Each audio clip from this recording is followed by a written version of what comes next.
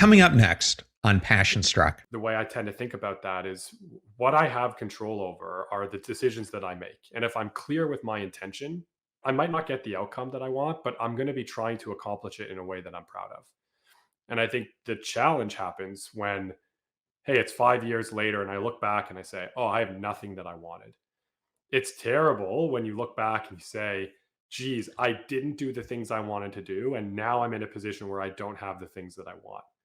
That's different than looking back and saying, you know what, I'm proud of the way I tried to accomplish these things. And it didn't work out in exactly the way that I wanted it to. Let's figure out how to do whatever it is we're going to do with the situation that we're in right now. Welcome to Passion Struck. Hi, I'm your host, John R. Miles, and on the show, we decipher the secrets, tips, and guidance of the world's most inspiring people and turn their wisdom into practical advice for you and those around you. Our mission is to help you unlock the power of intentionality so that you can become the best version of yourself. If you're new to the show, I offer advice and answer listener questions on Fridays. We have long-form interviews the rest of the week with guests ranging from astronauts to authors, CEOs, creators, innovators, scientists, military leaders, visionaries, and athletes. Now, let's go out there and become Passion Struck.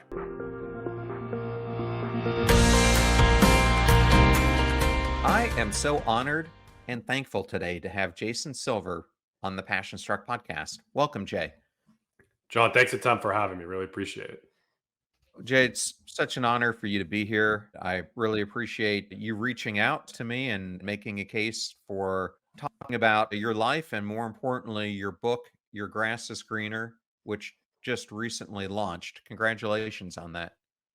Thank you. Thanks a ton. And as when you go through these things, you think about how you're going to promote the book. And for me, speaking on podcasts is amazing. It gives me an opportunity to do a couple things at once. I get to meet awesome people like you and have great conversations and talk about the book and hopefully help folks that are listening, which is great. And I was listening to a bunch of podcasts, came across yours, really interesting. I'm like, got to reach out to this guy. And you wrote me back something I really appreciate. He said, thank you for writing this yourself and sending it to me yourself. And I think that's the best way to do it. And I was really excited to get the response from you and very excited to see where our conversation goes today.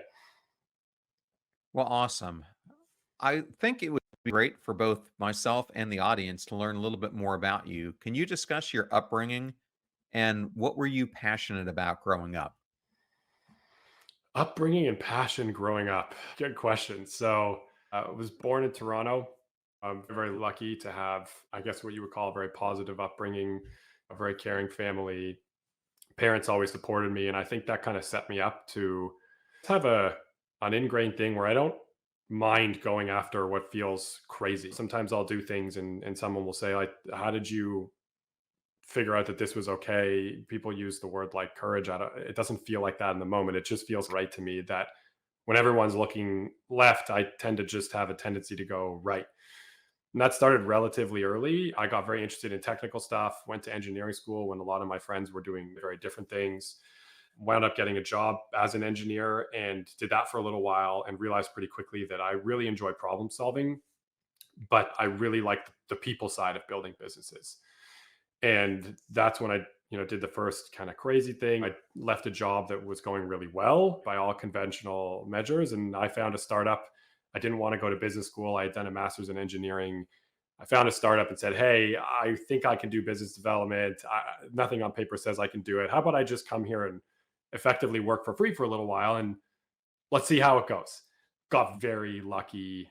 The CEO leadership there took me under their wing and gave me the whole, you can sit here, take notes, don't say anything, and learn as you go, which was awesome. Got an on the job MBA. And from there, got very interested, very passionate in how do I build companies.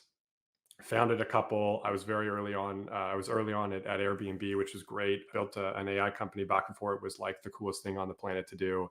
And the thing I learned over time that I was most passionate about was I loved building businesses, but the reason why I love building businesses is because it creates a place for people to like flourish, right? How do I like figure out a way to make a company that allows people to do the best work of their lives that they're really proud of? Which has led me into this next phase and why I'm here talking about my book that I wrote and talking to you. I want to talk to you a little bit more about Airbnb since you were there in the early days. I have a friend, Jim McKelvey, who's a repeat company founder. He was the co-founder of Square, if you're not familiar with them, Mhm. and actually mentored Jack Dorsey before they founded Square. But Jim tells me that the biggest reason that he sees companies fail is because they come up with this problem that only they can solve, yet when things get tough or they need to find money, something else, they get distracted from the main thing, which was the problem they needed to solve in the beginning. And I look at Airbnb as someone who succeeded against all the odds. And if you look at the beginning of the company, there were so many times that the founders could have given up and it might not even exist today. What was it about them that allowed them to stay the course and to stay committed to solving the problem in their unique way? It should be clear, I joined the company at a very amazing time. It was out of the very early stages. It was hundreds of people, not the thousands that it is today. And I got to experience an extreme up and to the right that they had created. So, in a lot of ways, I was the fortunate benefactor and jumped in at a really fun time. But a thing that always stood out for me there is two things I think were always pretty clear. Number one is you want to marry the problem, not the solution. It's an expression that comes up all the time. Like, what problem are you trying to solve? And how do you do an incredible job at that problem?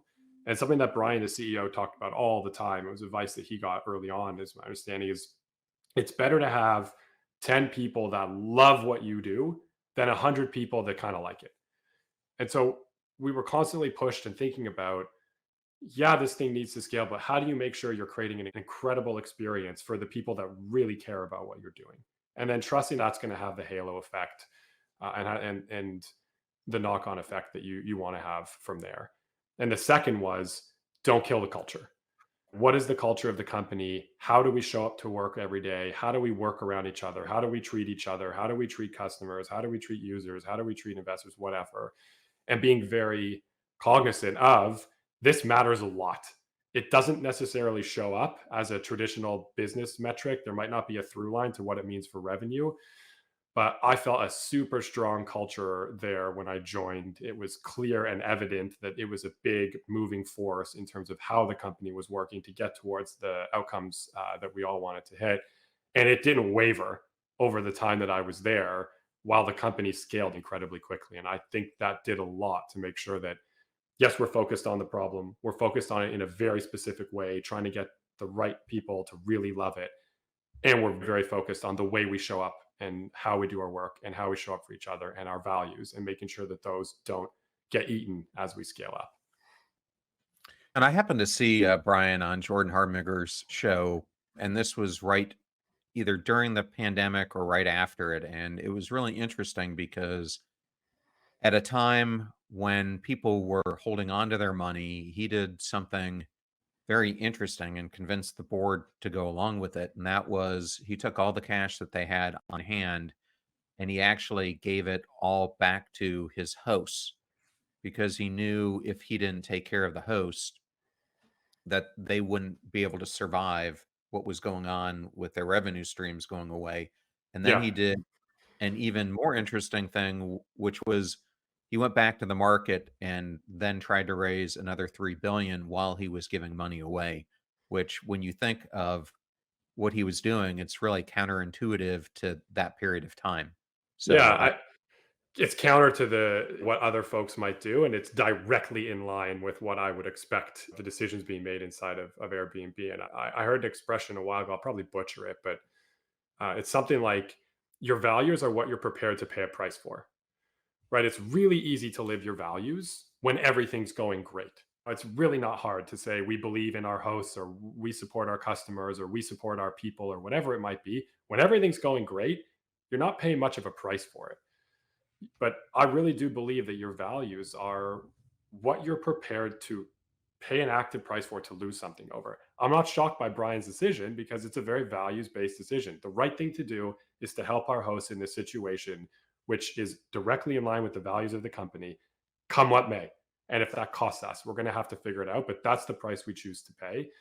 And now when I work with companies, it's something I talk to them about all the time. Companies, and they have 10 different values.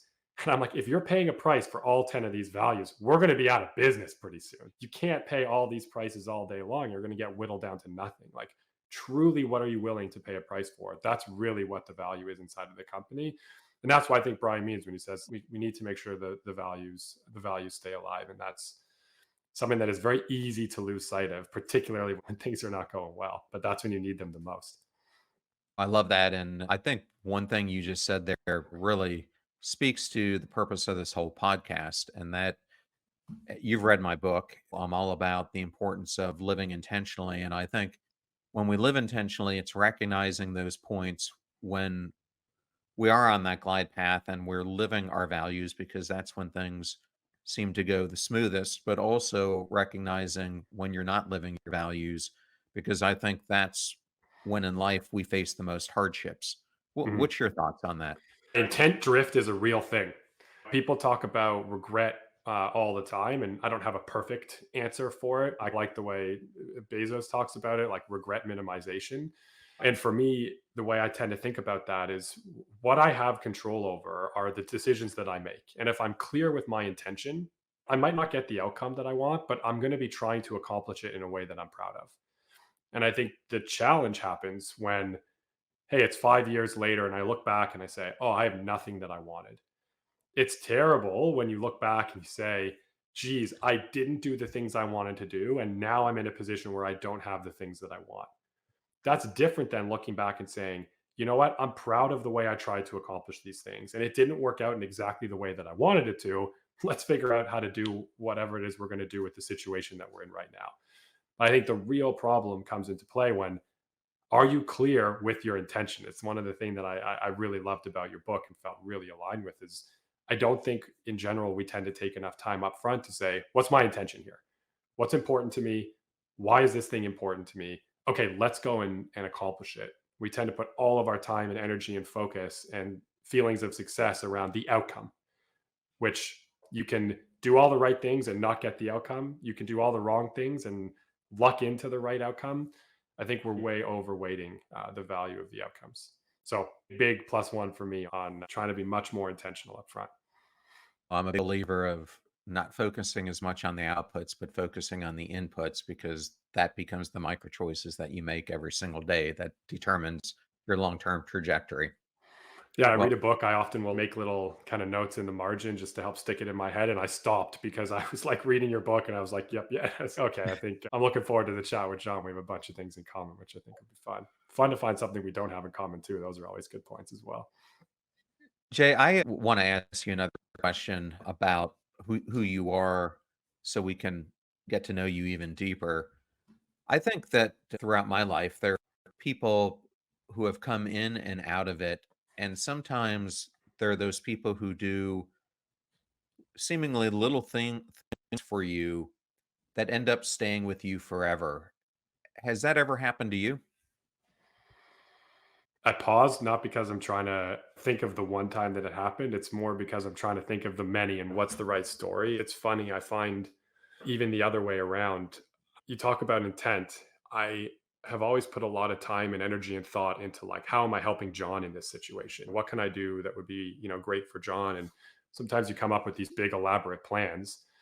And oftentimes I find that the feedback I hear from people years later about the things I've done for them that has been the most impactful is the thing I didn't even think about.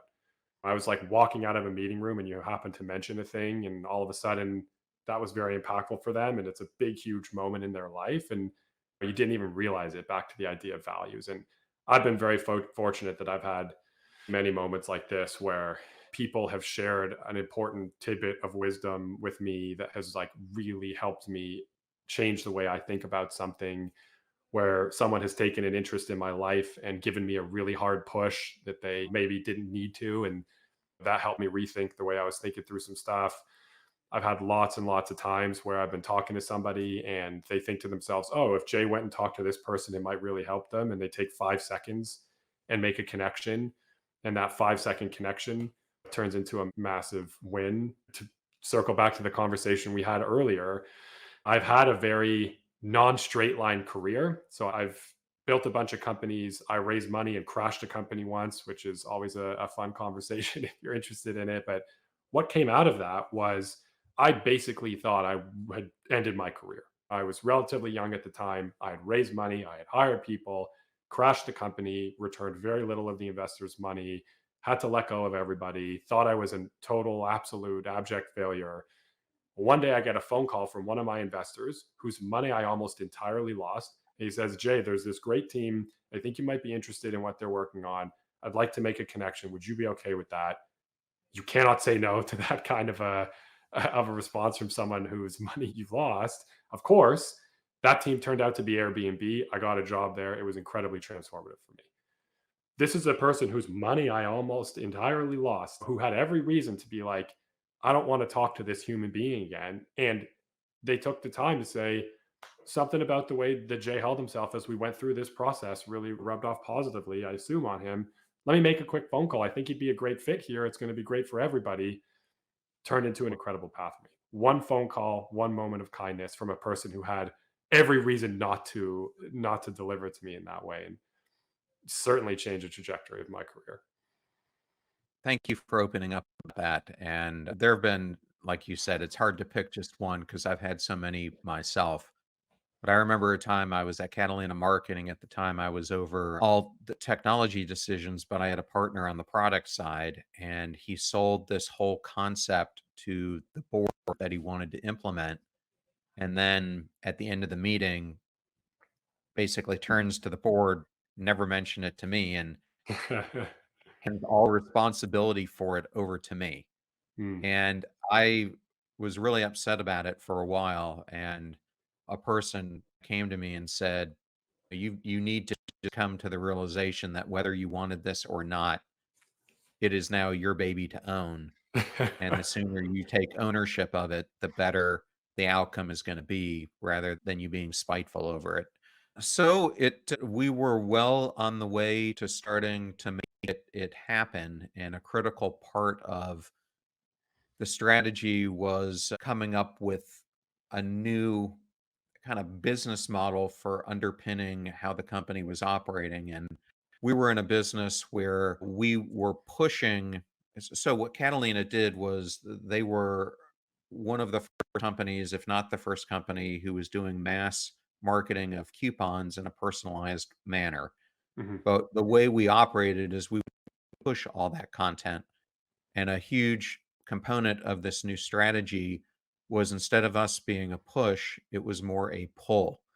So it was changing the business from only offering high CPM model promotions to being more like Google Ads, where someone could come on to the platform and at any time look at what inventory space we had and decide how they wanted to run their campaigns. Mm. And when the CEO and the board ultimately wouldn't shift the model from push to pull, it had grave ramifications that have ultimately driven the company pretty much into bankruptcy. Mm. So, not the way I would have wanted it, but it's one of those things that sometimes it's hard for people to see the long-term benefits of making a major change in a business model. But I think one of the major reasons so many companies go out of business is because they don't look at the ways that they need to change if they want to survive in the future. Yep. Yep. Change is tough. That's for sure. So you and I have something, unfortunately, in common that I'm sure neither of us wish we would have occurred. Earlier this summer, I lost my sister to pancreatic cancer, and you start your book out talking about the heartbreaking moment when you had to inform your parents that your sister Rachel had a late form of cancer. I can't even imagine what that would have been like having to tell them because, at least in my case, my sister was with my mom when they both called me to give the news. Hmm. But I think whenever it happens, my sister was 46 at the time. I think your sister was 36 or 37. It is such an unexpected phone call, especially when you see someone who appears to be in perfect health. Did you have any inclination at all that something was amiss with Rachel, or did it hit you as a complete shock? A complete shock. It was very challenging. I lack the words, and that you're going through something like this is the best thing I can say to you is that you can come out of the tunnel stronger than the way that you went in, which is something I didn't fully grasp before. And it was a terrible, I want to say moment, but many moments in my life where we were building this company and I was the COO there, and we had raised money and we were building the team, and I had a young son, and my parents left to go on vacation, and I got a phone call from my sister who had gone to her regular doctor's appointment checkup, and the doctor said, you got to get this, you got to go to an emergency room and get something checked out. And my sister walked to the doctor's appointment. It wasn't like she was feeling terrible. And she called me. She didn't really even want to call me. She didn't even really want me to come. She was trying to, I guess, be strong and just, it's okay. I'm working on it. And I dropped everything. I'm very grateful for my family who rallied around me to enable me to go and do that. And I got to the hospital, and the scene was not what you want. She was getting all of the best treatment, all of the top doctors, all as quickly as humanly possible. And that might sound like exactly what you want, but when that's happening, you know that you're the worst case in the room. And when you're in the worst room in the hospital, that's not a good position to be in. And it became very clear very quickly. And I sat with her as she got all the tests. And once I got the lay of the land, I had to call my parents, and it was the single hardest phone call I've ever had to make. It was a terrible experience to call my parents while they're on vacation and explain the situation and hear my mom scream. Like, I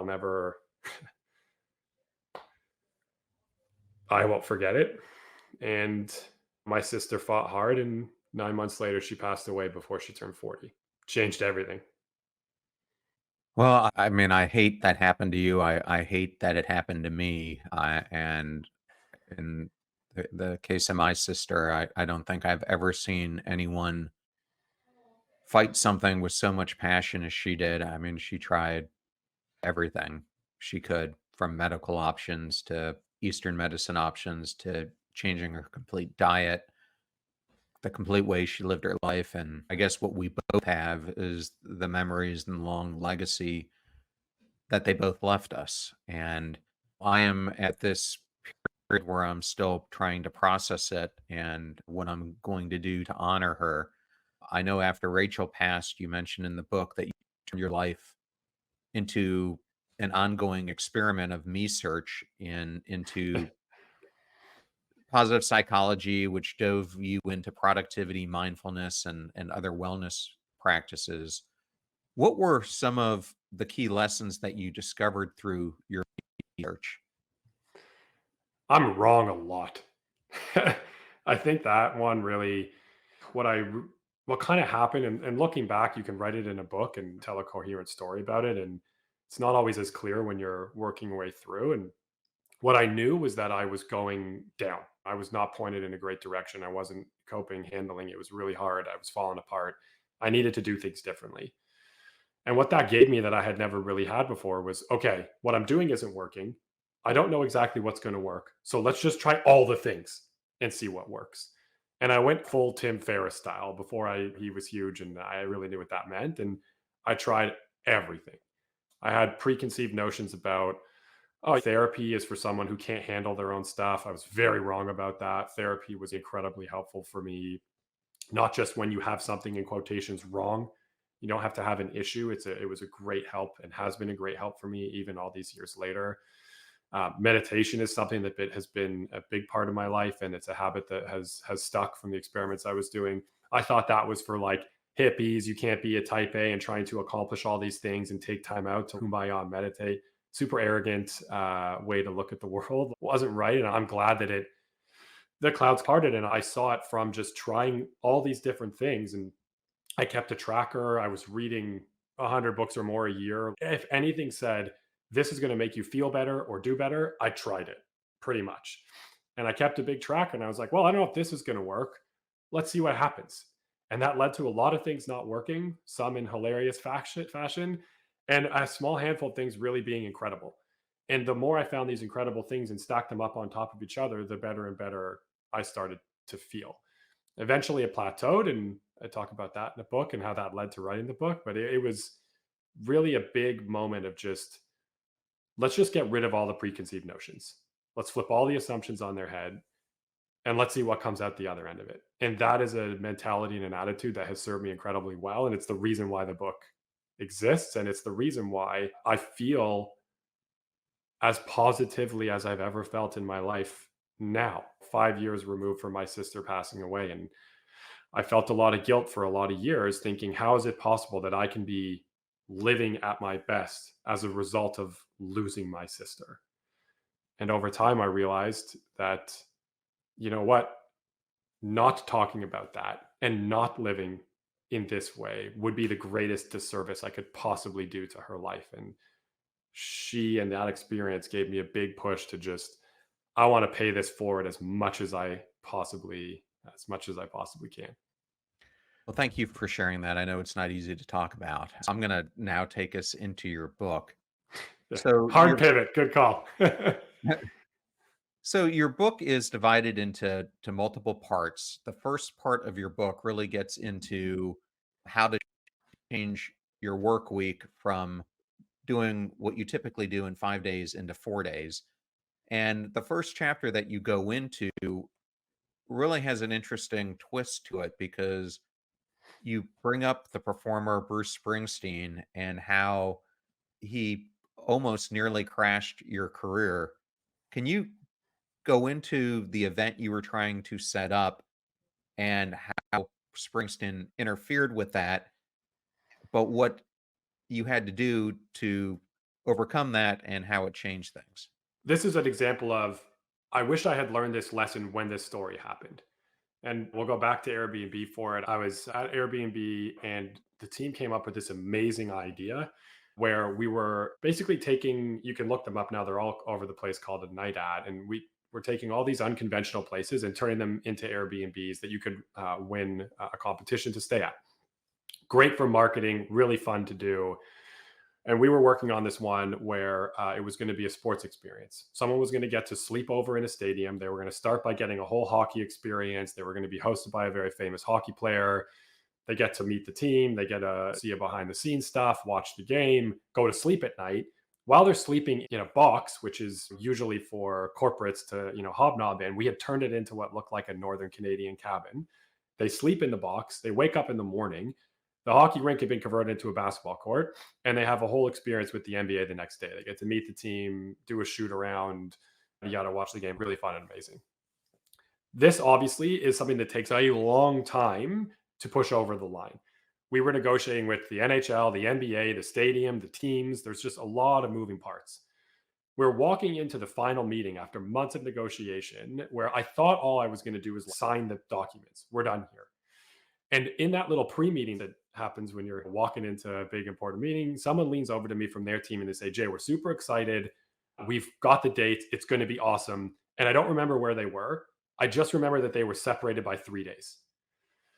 And I thought, oh no, the whole thing's ruined. What happened here? What do you mean the 3 day separation? And they're like, yeah, it's no big deal. We're going to do the hockey thing. And then Springsteen has a concert. We're going to set it up, do the concert, tear it down, and they come back and do the basketball thing. My first thought was, we got to move this Springsteen concert, to which the response was, dude, he's called the boss. You don't move his stuff. He moves your stuff. So get that idea out of your head. And as soon as I knew we weren't going to be able to move his concert, I figured we were done. These stadiums are planning things way out into the future. Things get booked 12 months out. To find a hockey and basketball game back to back, let alone one where there's availability for us, I thought, like, we're cooked. No chance. And all of this happened because of a very simple miscommunication. I had effectively communicated all of the various components of the activation, but I had not effectively communicated that it needed to happen on back to back nights. And that is what pretty much blew it up.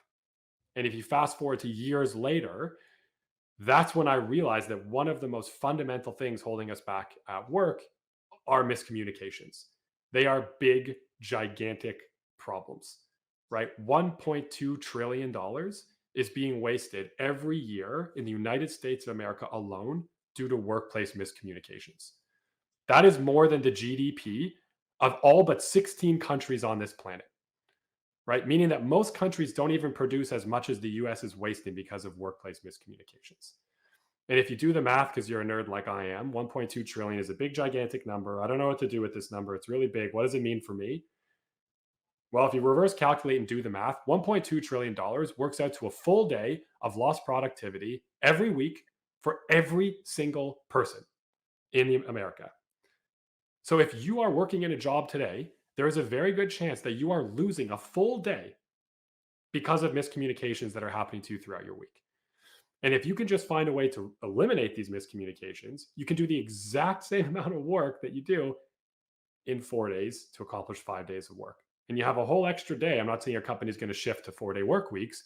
You have a whole extra day to do even more work if that's how you want to spend it, or to spend it on other time. And certainly you will be way, way less frustrated, because nothing is more frustrating than I'm working with John on a project. We have a great discussion about what we need to go and do. We think we're on the same page. We go and work on it. I come back to John 2 weeks later. I show him what I've done. And only then do we realize, oh, shoot, Jay, there was some kind of misunderstanding that happened when we got together 2 weeks ago.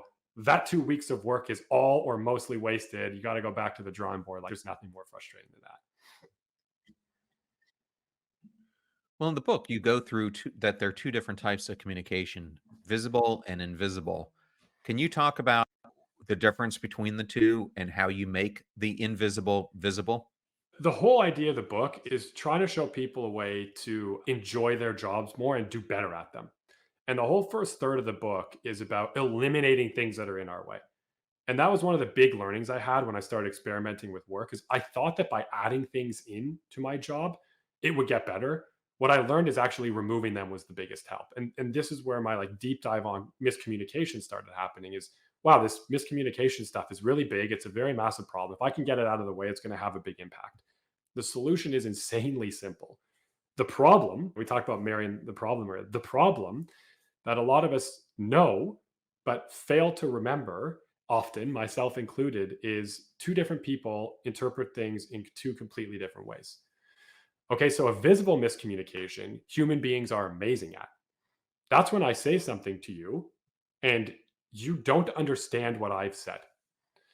When that happens, your head cocks to the side, your eyebrows raise up, you're clearly looking confused. And unless I don't care at all, I'm going to recognize that, take a moment, and try to explain it in a different way until the expression leaves your face. Visible miscommunications aren't costing us a lot. It's invisible miscommunications that cost us. And what an invisible miscommunication is when we've understood each other perfectly well, but interpreted the words in a different way. And they are invisible because I can't see it. There's no look on your face. It looks like you got it. The most common question people ask when they communicate someone is, did that make sense? Did you understand? Was that clear?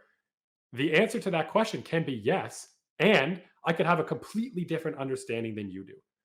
So it's not about if we understood each other, it's about how we understood each other.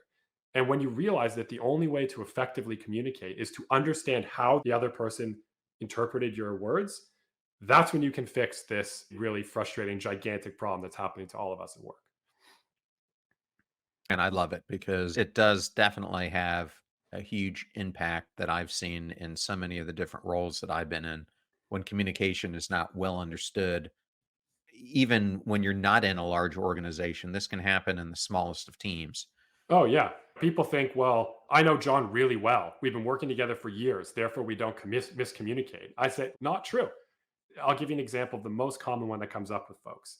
If I say to you, I want you to get this done for me by end of day, right? You'll say, well, I understand end of day. I know what the word end means. I know what the word of means. I know what the word day means. End of day. Got it. But what did I mean by end of day? Did I mean 5 o'clock? Did I mean 5 o'clock your time, my time, if we're in different time zones? Did I mean end of day meaning 11:59? Is it okay if you get it to me before I start my day the next day before 9 o'clock? Like, what exactly does that mean? And that can have huge implications. Can you get this done for me by end of day? Sure, no problem. I'm going to blow everything out of the way and spend the last half of my afternoon getting all of this stuff done because you needed to get it from me by end of day, which is 5 p.m.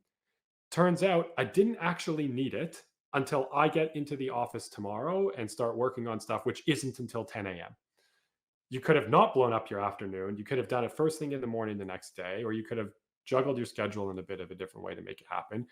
And that's an example where end of day is perfectly understood, but very often and easily misinterpreted. Absolutely. Great example.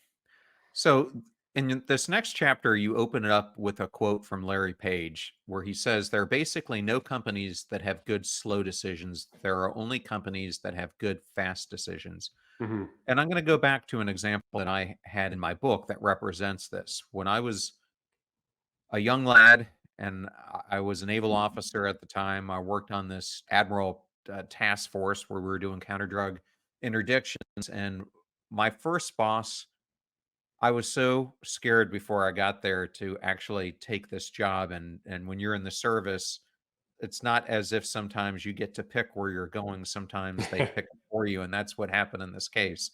And getting ready to go to this new command, I mean, the great part was it was in Key West, Florida. The bad part was the guy I was going to work for, his nickname was Fitz Hitler, Oh boy. and so I am like, "What the heck am I walking into?"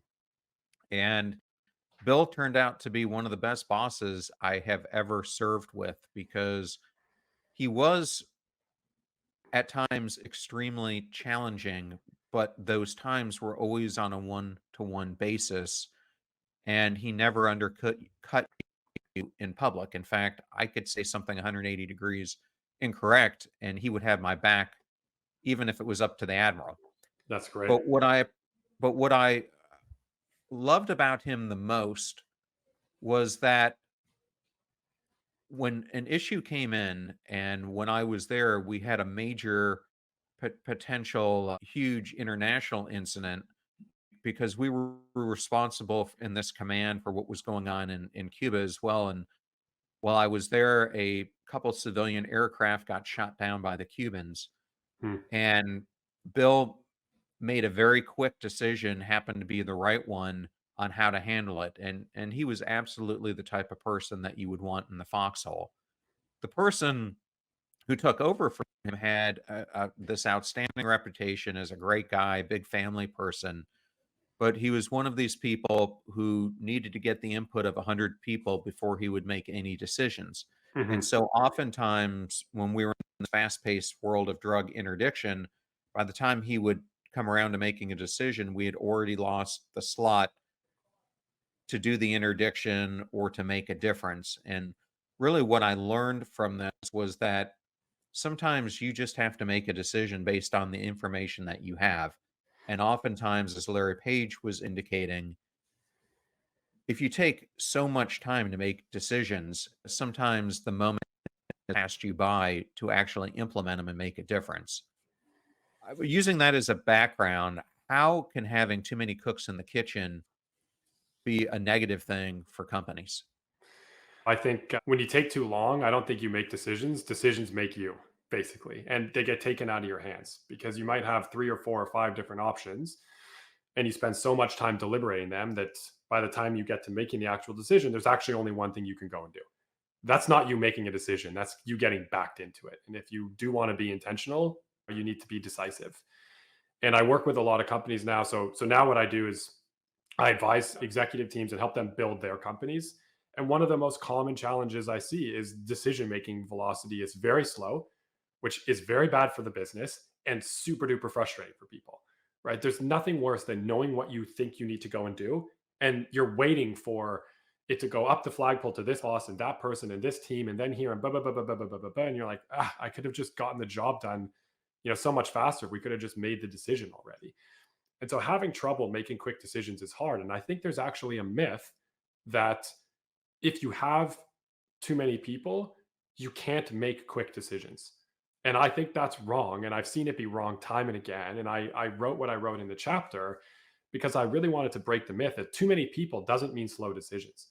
Bad decision making means slow decisions. You can have 50, 60, 70 people involved in a decision, and it can be very fast. I tell a story in the book about 1960s NASA.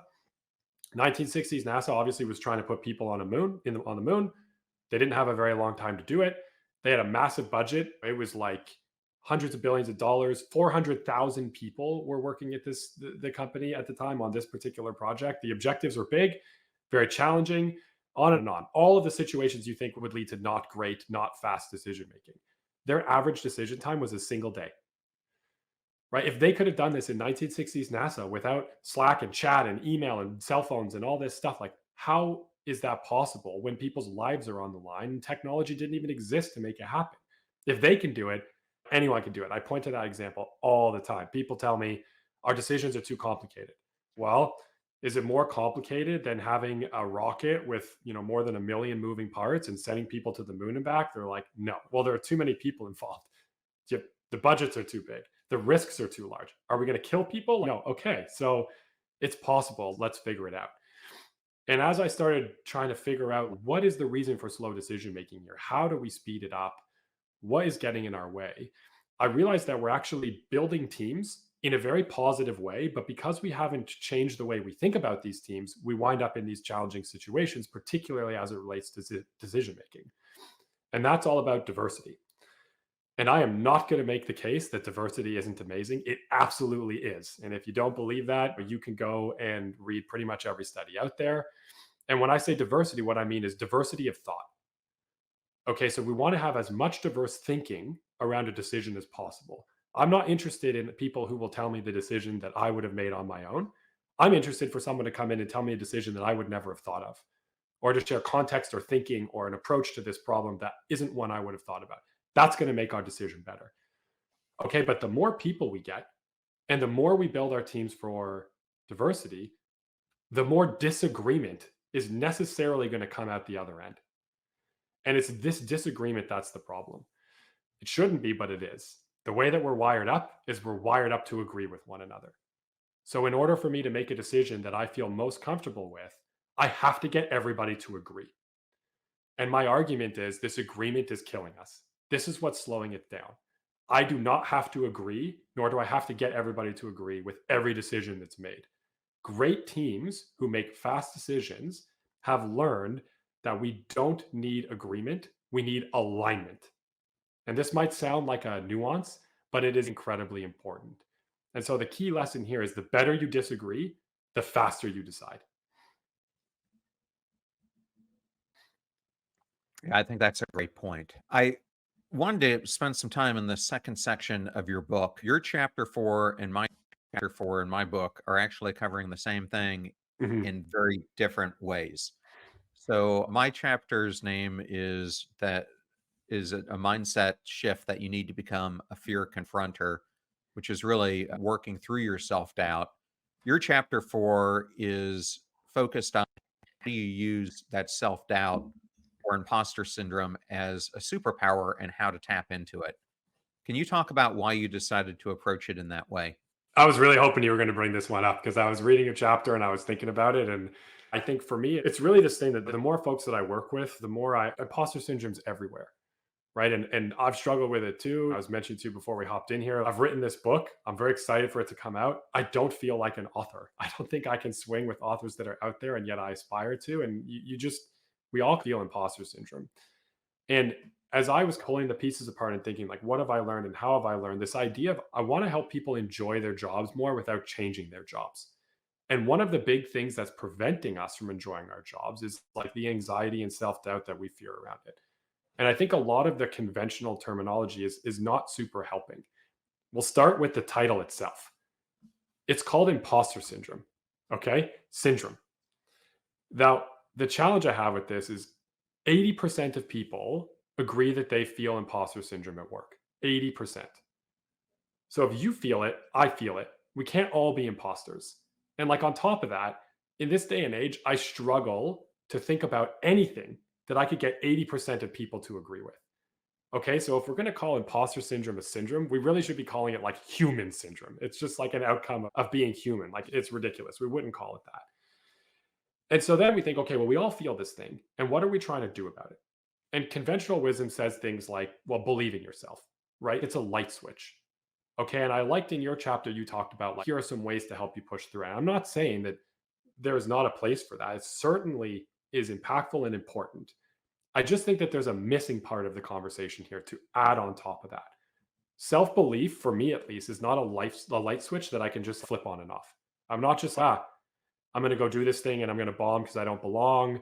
Oh, just believe in myself and it all goes great. That's just not the way that my brain works. And it's not the way that I've seen folks around me working towards it. And as I started to dive into the research, I started to see not only do I believe that you cannot turn it off, I don't think you should. Okay, so I think imposter syndrome has the potential to have an incredible superpower effect for you. The reason why I believe this is a bunch of really cool research. One of the most interesting ones I found was at the MIT Sloan School of Management. What they did is they took two groups of doctors and they put them through training where they were effectively going with trained actors who are presenting all sorts of different potential medical cases, and they have to try to diagnose them as they go through, right? And as part of them coming through the training, they gave them some kind of a questionnaire or something to do like a psych profile on them, but they didn't know that they were being psych profiled. And they put them into two groups, people that felt imposter syndrome and people that didn't. So let's call them the imposters and the confident folks. We put those two doctors in. I know you've read the book, right? So you know the outcome here. But the imposter group performed better than the confident group. Okay, so there's something about imposter syndrome there that's helping them. And it's the specific way that imposter syndrome is helping that I got really interested in. So what they found is in terms of their diagnostic capabilities, right, the actual job that they were there to perform, they were equivalent. So despite the fact that one group felt self-doubt and the other group felt very self-confident, they were equally as good at identifying whatever the issue that the patient was presenting. Where the imposters, quotations, performed way better is when the patients took exit surveys, they over and over again ranked the doctors better that came from the imposter group. And they had no idea which group their doctor was in. And the reason why becomes obvious when you see research like this and you take time to go through it. When you feel imposter syndrome, it makes you feel like you don't belong. I'm not good enough. I can't cut it with this group of people. What it also does for us when that happens is it makes us more other focused. We think about other people more. The more you think about other people, the more empathetic you're being, the more you show them that you care, and the more they're actually going to feel like you're doing a great job for them. And so actually the experience and feelings of imposter syndrome are triggering something in us that make us a much better teammate. And I don't think it's something that we just want to turn off. Right? So the question is, what do we do instead? We could definitely dive into that if you want, so folks can have a bit of a tactic. Is that a good direction to go? Yeah, let's do that. I always Okay. love to give people takeaways, so that would be perfect. Okay, so the question is like, what do you do instead? And to really think about that, you have to unpack like what imposter syndrome means. And it's basically a feeling that you don't belong. You're trying to build more belonging. You're in a group of people and you think, wow, these folks are really smart, way smarter than me. I'm not smart enough to be here. Or in my case, let me look at a bunch of authors. Like, I'm not a good enough author to fit into that group. Whatever it might be, you're feeling like you don't belong there. What is the absolute best way to build belonging?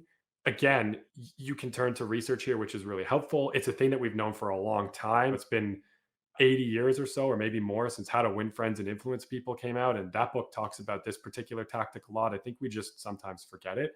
It's asking questions. When I ask John a question in a conversation, he is more likely to like me because I'm showing a genuine interest in him and I'm trying to learn about him. And I'm not just talking about myself, which people don't like as much. So questions are the like antidote to imposter syndrome if you want to think about it as a symptom. Okay, but there are some caveats here. Luckily, there were some folks that went and did a bunch of research that I would never want to do. They wanted to figure out what are the best questions in the right scenarios. And I'm very grateful that Harvard put a team together and they were like, let's go and study this thing. They asked people all sorts of questions in all sorts of different situations. My favorite / least favorite, because I was thinking about what it would feel like to be the researcher asking people these questions, was they actually asked people like, while an adult, have you ever felt sexual desire for a minor? Super awkward, right? And the person on the other side of the conversation didn't know what was going on. They just thought they're being interviewed. And then at the end, they would rank all sorts of different things, likability, things like that. Right. So deeply uncomfortable questions in all sorts of different settings. They asked some that weren't as deeply uncomfortable as that. But what they found is actually people like you more when you ask them questions in a one on one setting. They don't like you more when you ask questions in a group setting. And when you think about how to apply this to work, what I realize is, well, most of our interaction, especially when we're feeling imposter syndrome, is usually in a group setting, right? We're sitting in a meeting. And when I'm sitting in a meeting, if I ask John a lot of questions, John is going to like me better. But everybody else who's watching the interaction is actually going to prefer John because John's providing the answers. And so you want to find the right way to ask questions. And the best way to do that is in a one-on-one setting. That's where it's going to build the most kind of trust, belonging, likability, whatever it might be. And so what I recommend for folks is when you're feeling imposter syndrome, don't try to switch it off. Recognize that it's doing something beneficial for you, which is it's helping you be more other focused. You're going to be thinking about your colleagues, which is going to help you become a better teammate with them and have more feeling of belonging. And then number two, go and deploy the tactic to help you build more belonging, which is find somebody in the room, whoever it might be, and find a way to go get one-on-one time with them. Maybe it's like over lunch, maybe it's in a one-on-one meeting that you schedule, maybe you're going to grab coffee, whatever it might be. This works because number one, it builds a greater sense of belonging. And two, if you ask them the right questions, you will get a lot of information, which will help close whatever knowledge or skills gap you might actually have in place, which is also going to help with this feeling of quote unquote imposter syndrome. So feel imposter syndrome. Let it be a trigger for this is okay. Everybody feels this. It's going to make me more other focused. That's great. The in quotation solution here is who's the right person for me to book a one on one with? Let me get them and ask them a bunch of really good questions in a one on one session. That's going to help me build that sense of belonging and it's going to help me close the knowledge gap. One on one questions. So one-on-one questions are the key. Thank you for that pointer for everyone. I think it's a great one. And you're absolutely right. The questions that we ask do help form that tighter bond. So keep that in mind. A lot of times people will ask me, "Oh, that's great. I don't know how to ask great questions." I think everybody does. The other thing that the Harvard study showed was the best one on one questions are follow up one on one questions. And I think that's great. I'm happy the science worked out that way because follow up questions are the easiest, right? You don't have to come up with some amazing, thought provoking question.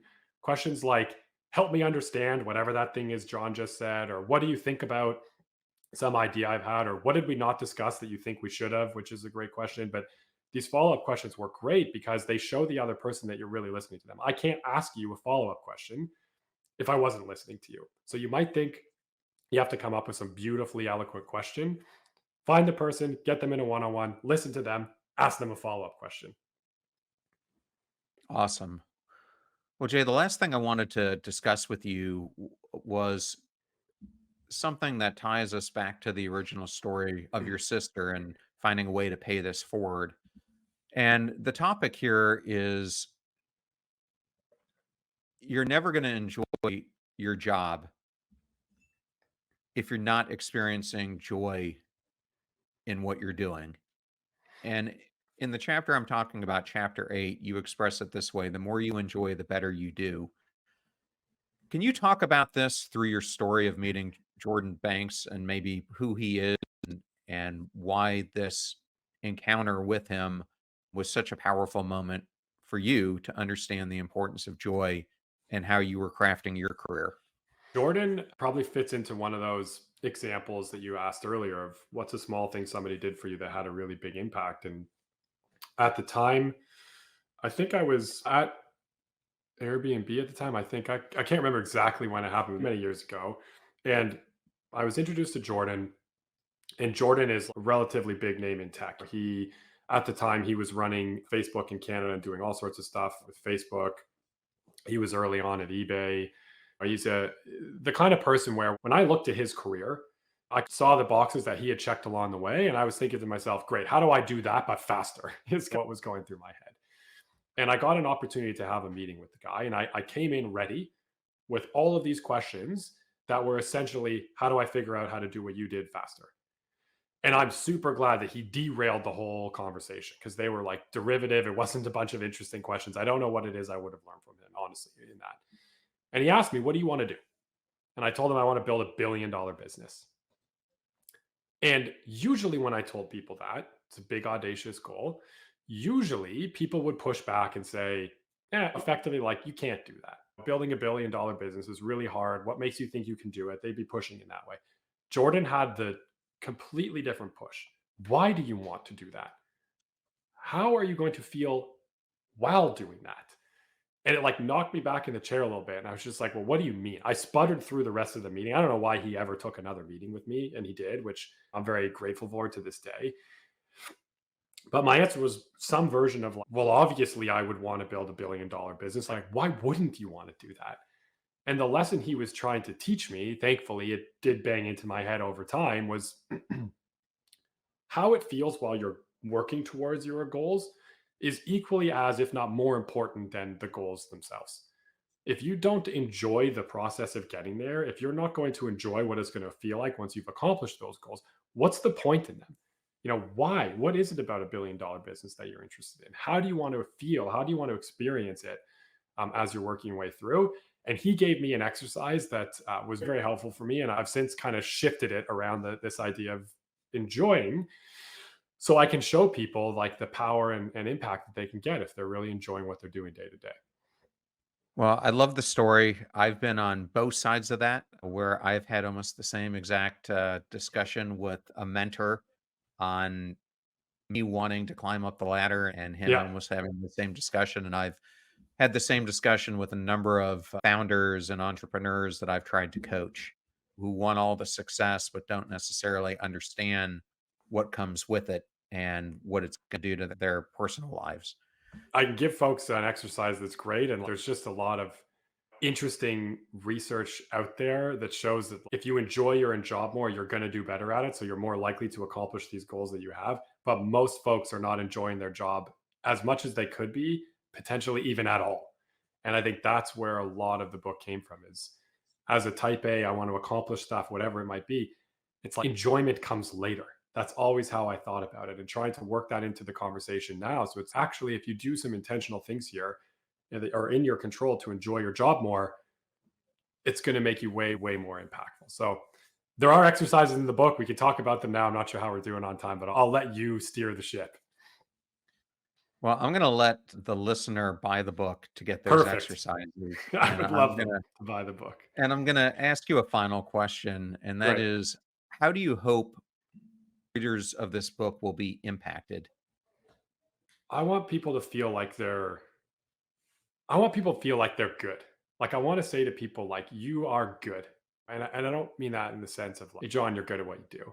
What I mean is that you have a lot more agency than I think you might think you do to change the situation that you're in. And often I find that a lot of the rhetoric out there and a lot of the playbooks that are out there are really about changing our environments, getting into a new team or a new project or a new company entirely. And what I find happens in those situations is we change jobs or we change work.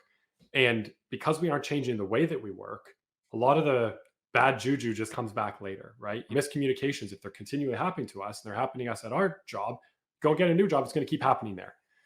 And so rather than assuming that you have to change your environment, there are some things you can do to think about changing yourself, changing your approach to work. And I really want people to feel like, listen, you have more agency than you think you do. You can change the way that you're working and have a bigger impact on your day to day. You can enjoy the job you already have a lot more than you think you can. You can do better at the job that you already have a lot more than you might be today. And it doesn't take some big, massive professional development. I have to go and become an expert at XYZ to go and make that happen. That's what I really want people to take away from the book, is like, it covers 9 of the most common workplace challenges, a very disarmingly simple tactic that pretty much anyone can try.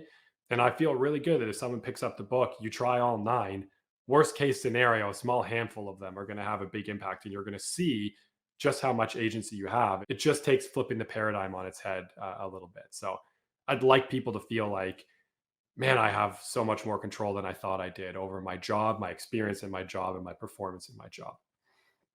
Well, Jay, thank you so much for that. And thanks for this conversation and for this great work that you're putting into the world. If people want to know more about you, where's the best place for them to go? Best place to go is yourgrassisgreener.com. That's the website for the book. would love folks to pick up the book. There are links there to do that. They can get in touch with me through the webpage there as well. Always would welcome feedback, always welcome hearing how people are doing. But would love folks to head over to yourgrassisgreener.com, click on through, pick up the book, and help me learn that I maybe can be an author, and give me whatever feedback you have. Would love to hear it. Well, Jay, it And was such thank awesome. you. Thank you. And Yeah, thank thank you you to so much. everybody who made it to the end here with us too.